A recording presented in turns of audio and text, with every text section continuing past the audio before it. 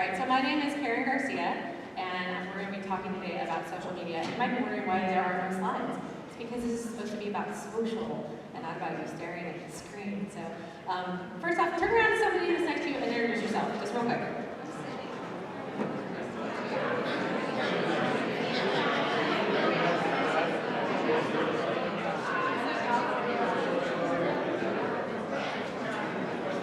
Okay, excellent. See, that was actually pretty painless, right? Let's have to back up a little bit. Okay, so today I'm going to talk, albeit briefly, because I've only been given an 18-minute slot here, about building community on social media. Dale Carnegie had actually a really good quote about this. It says, you can make more friends in 2 months by becoming interested in other people than you can in 2 years by getting other people interested in you. It's actually really, really simple. I mean, we all learned this on the playground when we were kids, right? You want to make friends, you have to be nice to people, you have to talk to them, you have to listen to what they say. So, how many people in here are actively using social media for your company right now? Okay, so Twitter, Facebook, Pinterest, Instagram. Okay, good. That's excellent. And I know there's more stuff, Periscope and Blab and all that stuff. But we'll kind of focus on a few things in there because everything's kind of across the board. So first off, when you're working with your social media, whether or not you're setting something up or you have an active channel already, you want to set some goals for yourself. Most of the clients that we start working with actually haven't ever done any goal setting, which kind of doesn't really give you a place to see when you've succeeded. So setting some goals for yourself, for your channel, is really important. Some of the things that you can think about when you're talking about goal setting is, what is the reason you have the channel in the first place? Are you making the channel because you want to maintain your existing relationships? Are you building new relationships? Are you, putting the channel together specifically to disseminate news about your company, display your products, services, or are you just trying to get new visitors to your site? Or is it a combination of these things? So you need to sit down and think about that first, really kind of before you do a whole lot of other stuff. Decide what metrics you're going to use to measure your success. And I know there's a lot of emphasis on likes and things like that, but in all honesty, that's really not important because you can get thousands of likes and have a completely dead page. So it's really important to take a look at some other metrics, specifically engagement. How often do people come to your page and ask you questions? Is there additional conversation that happens on your Twitter feed? Is there any sort of engagement from your audience in that regard? And how often you actually respond as well? And then shares and additional conversations that you have, not necessarily that are on a page. So like in Facebook, do you have people that are PMing you and asking you things, and are you responding? Because that's a relationship you're developing with that particular customer. So once you've kind of done a little bit of initial goal setting, you need to also decide, how often you're going to check those metrics. Are you going to do it on a daily basis? Are you going to do it on a weekly basis? Come up with some sort of plan internally for your company to decide exactly, how often you're going to go over these things.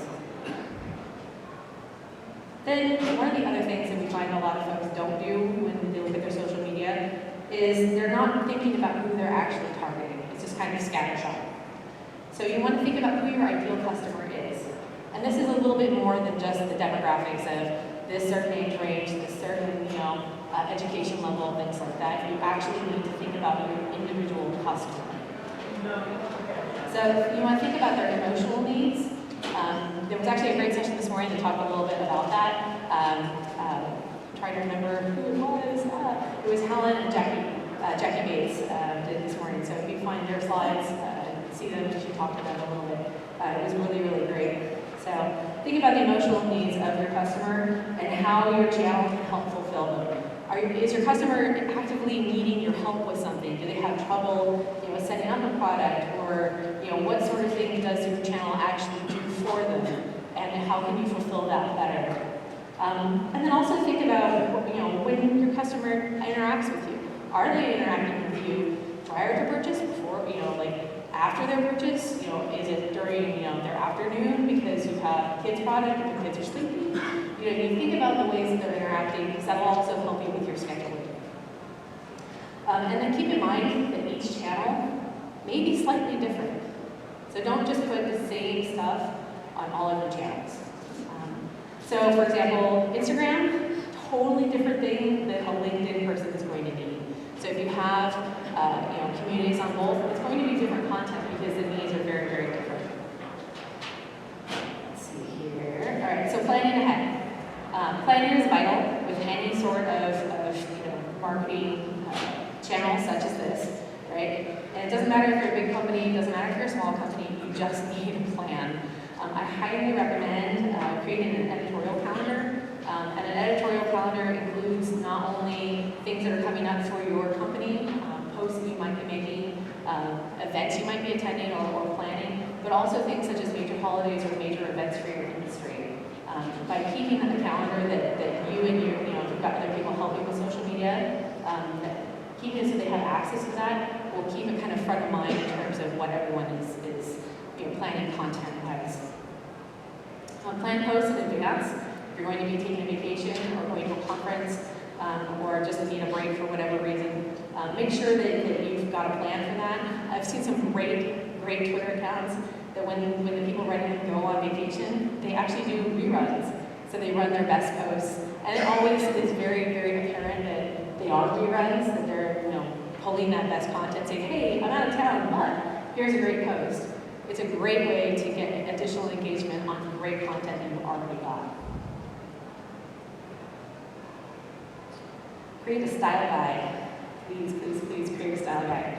And it may seem a little antiquated to create a style guide, but coming up with a palette, especially if you're doing something on Instagram where you're using fonts on top of your images, decide what you're going to use and kind of keep it consistent. It does make it a whole lot easier for your customer to relate if it's not kind of all over the board. One of the best things that I've seen on Instagram is actually a shop compliment. They do a wonderful job with keeping their Instagram quilt. Does everybody know what an Instagram quilt is? No. Okay. So an Instagram quilt is the pictures that show up on your individual profile page. So it's one of the first things that a customer who hasn't liked you yet is going to interact with. So they're going to come to that and they're going to see it. Another great one is Intel. If you look at Intel's, all their stuff lately is from CVS, and it's a very cohesive. They're using the same fonts, they're using the same general layouts, but it's a brilliant use of their social media because it's actually very exciting. They've done a really good job, so take a look at that one as well. Develop a crisis management plan. Hopefully you will never have to use it, but you never know. You might accidentally tweet something out during something that happened that you don't even know about. There was a lot of folks that kind of got in hot water with their customer base when they tweeted things out during the attack in Paris. And by having a triage plan to say, oh my gosh, we need to make sure we're not posting these things during this time is really important. And to deal with a fallout if you accidentally do something like that. But like I said, hopefully you'll never have to use it, but it's always good to have it in place ahead of time. And then have a method to deal with any complaints, consumer suggestions, or requests. So many times on social media, people will actually actively look for you, not because they've liked you or friended you or anything like that ahead of time, but they have a big problem or they have a really good idea. And you need to know where that's going to go in your organization. It just can't go into a black hole. Especially with suggestions. Those people have taken time out of their day to track you down and tell you, hey, I have a really great idea. And you have to acknowledge the fact that this person has done that because they're excited about you and your brand and they want to be part of it. So even just by saying, hey, thanks, I think that's a really great idea, I'll go ahead and forward it onto the right department, that's enough to make their day. So make sure that you continue that sort of conversation. When it comes to your posts, excuse me, post only things that support your channel vision and that support the mission statement that you've come up with. Make your posts shareable. Because if your post isn't actively shareable, this is a big thing on Facebook. We see it all the time where a group has made a post, it's a great post, and no one can share it outside of the people that are in that particular set of friends, inside of that group of people in a specific group for a company, because the content is unavailable. So make sure if you've got a great post you're sharing that you've made it public, because then it can go farther and get more exposure for you. Post regularly and frequently. This is pretty standard, but you need to also respond to comments in the same fashion. So if there's comments and questions, respond to them regularly as well. And I've got a tip for you about that here in a little bit. Facebook just rolled out some great stuff to help out with that. Make sure your images are easy to view. If they're too dark or too light, they're very, very hard for people to see what they are, and they're less likely to share them. Lighter photos actually do get shared more than darker photos because they're just easier to see on most media. So make sure that you keep that in mind when you look at stuff. And if you have an image, especially on Instagram, make sure you run it through a couple filters, take a look at it. Not everything needs to be good, but you might be surprised at the engagement you get on something when you just tweak a little bit of stuff. And then it's okay to delete.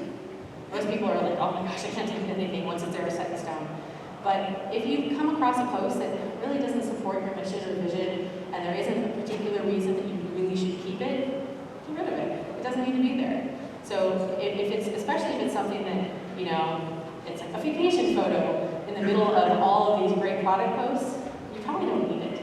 It was cool at the moment and you enjoyed it, but in your cohesive brand, you don't need it in the long run. In terms of post variety, really mix it up. The best ones that we've worked with, the best ones that we've seen are the social media accounts who don't always post the same thing. So don't post, just photos.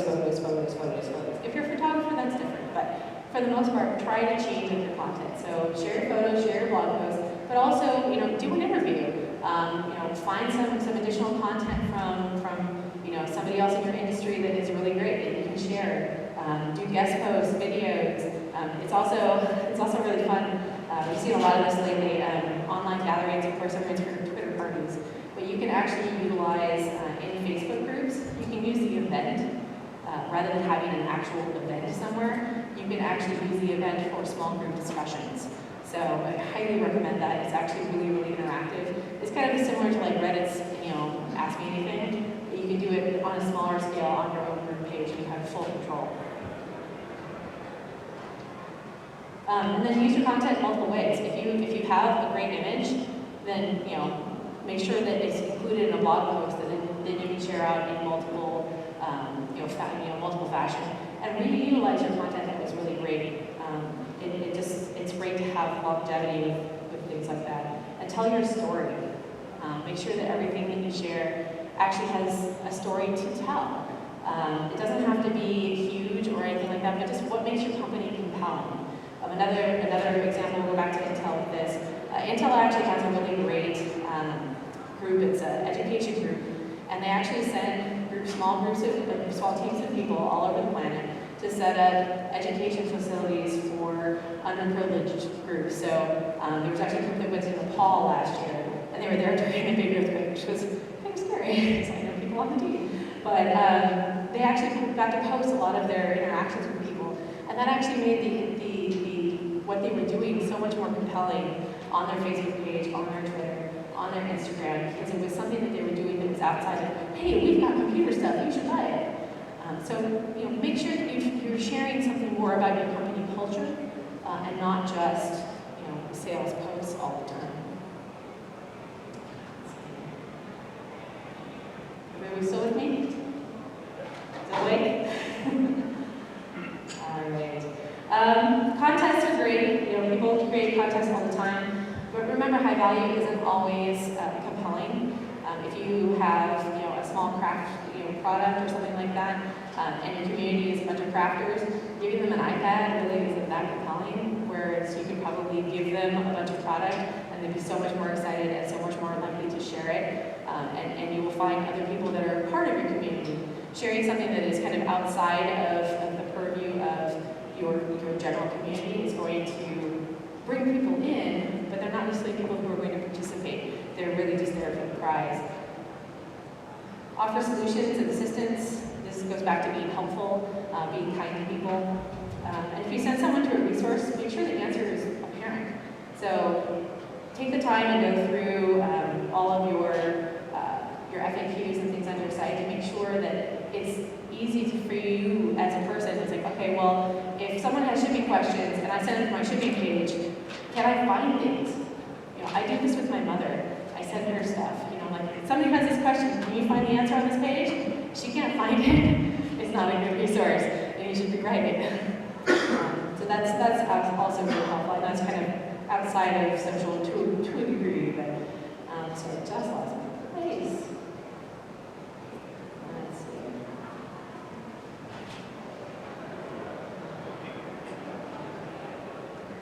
Okay.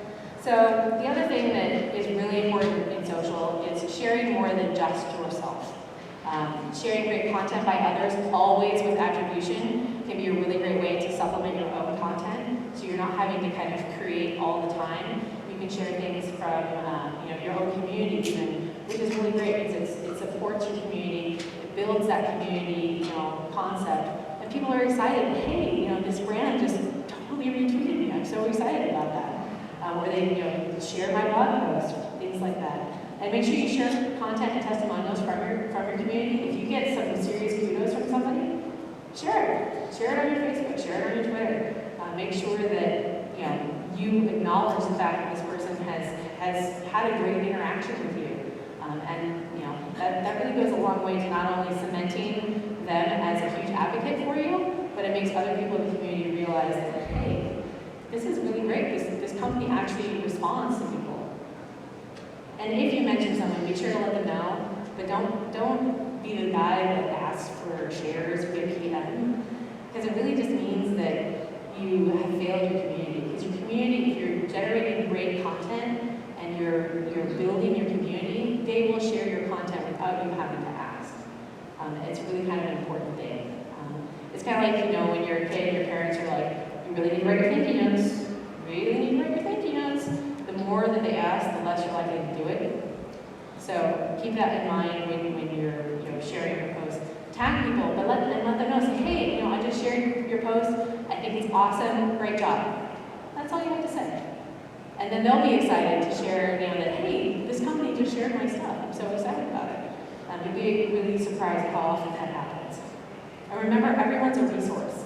So take the time to get to know your community, find the movers and shakers of people that are following you, that are, perhaps somebody that likes you has a friend that is a really, really big influencer. Find that person. It's not hard to search through, your followers to find those kind of big fish. And get to know them, find their resources, and make a list. Make a list of these people who are part of your community, that are part of the industry that you're in, that you can share content from on a regular basis, because it means that you don't have to reinvent that wheel, and then you always have it at your fingertips.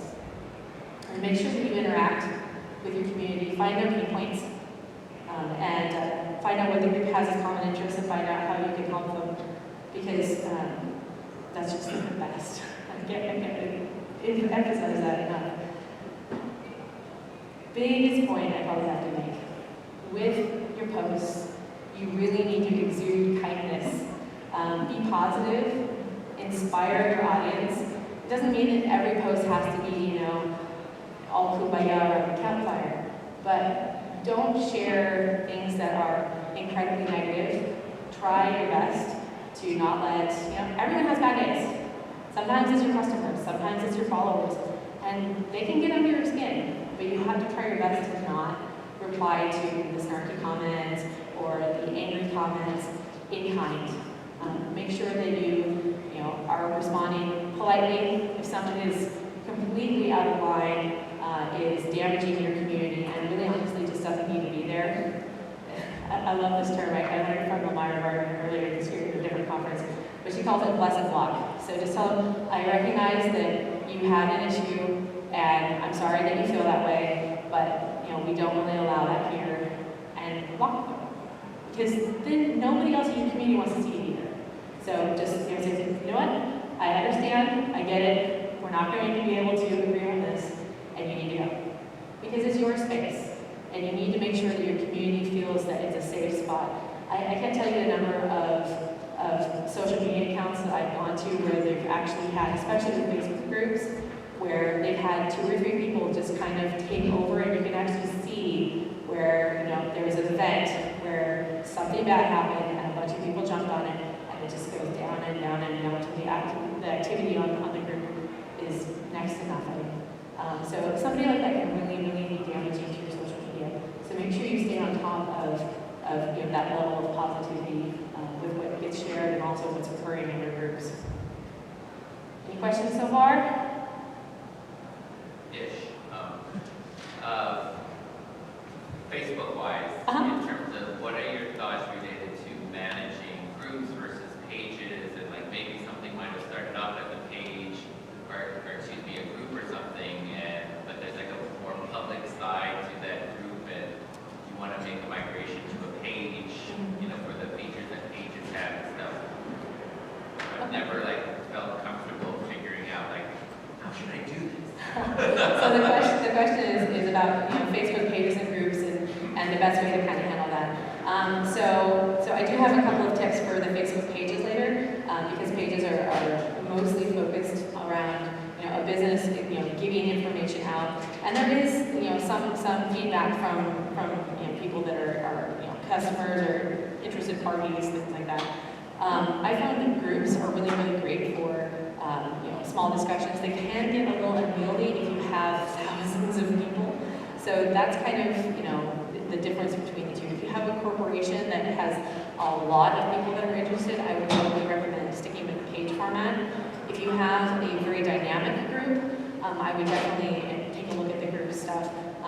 They both have kind of their pros and cons, but that's kind of the separation between the two.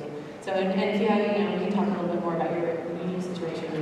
And then the add-on layer to that is the privacy layers within a group, for example, when you want to throw the switch from public to closed to secret or private to secret or whatever. Right. Well, and so in terms of that, public, secret, private, it really kind of depends on what your goal is. If your goal is to build a community for all of your customers, then you would want it public. If it's just for a group, like a smaller group, like a focus group that you're doing, then private is fine.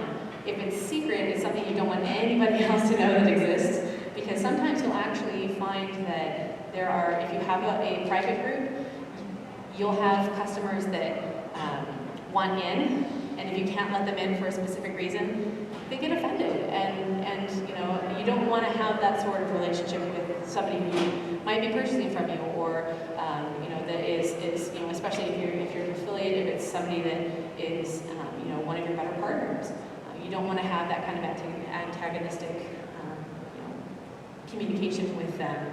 That hey, I can't let you in because you're not allowed. Well, nobody likes to be told they can't come in the clubhouse.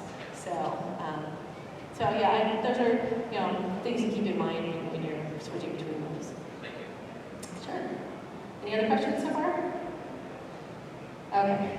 So let's talk a little bit more about actual building community. Remember, these are people, not pixels. People do business with people, not with logos. As much as we focus on logo design and stuff, no. You buy from a company because you like the message. You buy from a person because you like the person. And if you have an issue, nobody likes to call and get the phone treated. They want to actually get an issue resolved. So people do business with people. Think of social media as more like a cocktail party. You need to mix, you need to mingle, you need to listen more than you talk. And you don't want to be the guy in the corner talking really loudly on his cell phone because he thinks he's important. Because everybody doesn't like that guy. So that's why you have to be really, really conscious of the fact that this is a two-way conversation. It's not just you telling, the person that is on the other end, hey, I have socks, you should buy them. They're amazing. Hey, I have socks, they're really amazing, you should buy them. Nobody likes that. Nobody wants to have that sort of conversation. So you need to go ahead and make sure that you are listening to your customers, that you're responding, and having a conversation, not just telling them something repeatedly.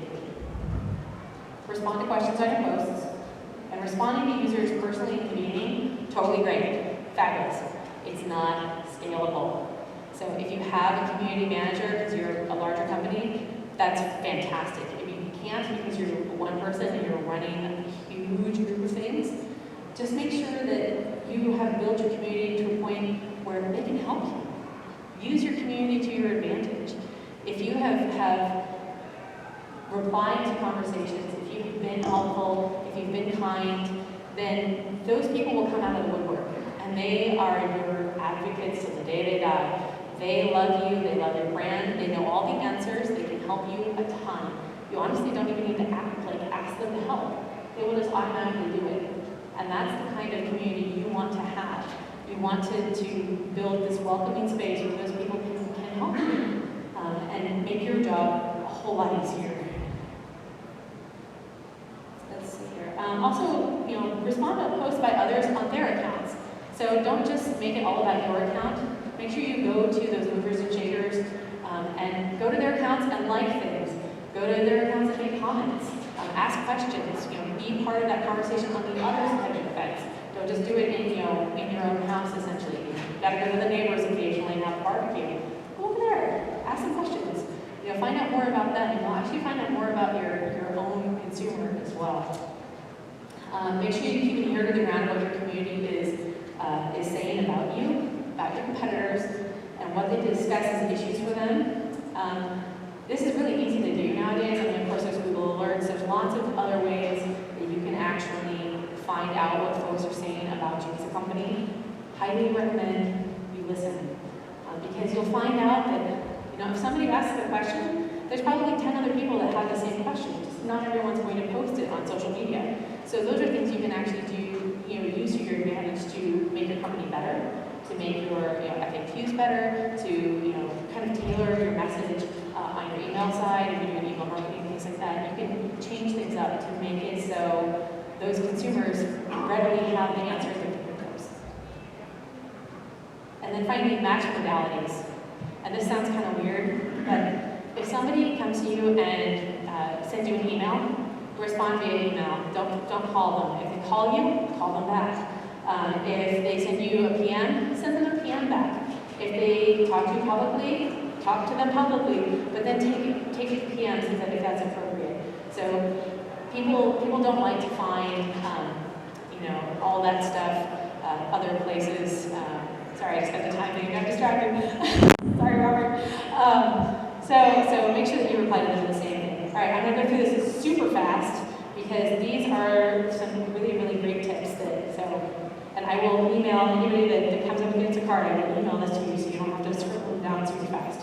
So fill out your profiles. So the bio, the links, the website, whole 9 yards. Make it easy for your community to find out where they can find you, as well as share you. Social is becoming more and more important on the SEO front, and if you can't get ranked or show that you have authority with something if you don't use the right keywords. So make sure that you filled out all those information. If there's a spot to put something in it, and don't hide. If someone has to ask to be added to your Instagram list or something like that, it makes your community growth much slower. On Facebook, so here's your Facebook question. If you manage a community via Facebook page, in December, Facebook actually rolled out a whole bunch of great new tools. They're great, immensely helpful for managing your community. You can now tag individuals who ask questions with keywords, which allows you to search for them later. So you can actually search if there's a bunch of people who have the same issue, or you can actually mark them as this is like the best people ever. So you can really tag those VIPs. You can also add notes about interactions. So there's conversations and comments that need additional follow-up, and it's all only viewable to the admins. You'll now also have control over your page's visible response time message. If you haven't seen this, on pages on the left-hand side, it tells people how fast they can expect to get a response. I know it's coming. And there's some great new things with the away feature as well. Pinterest, use keywords in your description. Hashtags are excellent. You need to use them, but don't go overboard. And then Instagram, if you already have a database of customers, you can actually load it into your Gmail, and then you can actually find all your customers that are using Instagram and follow them back. So, sorry I had to go so fast, but thank you very much. If you have questions, I will be up here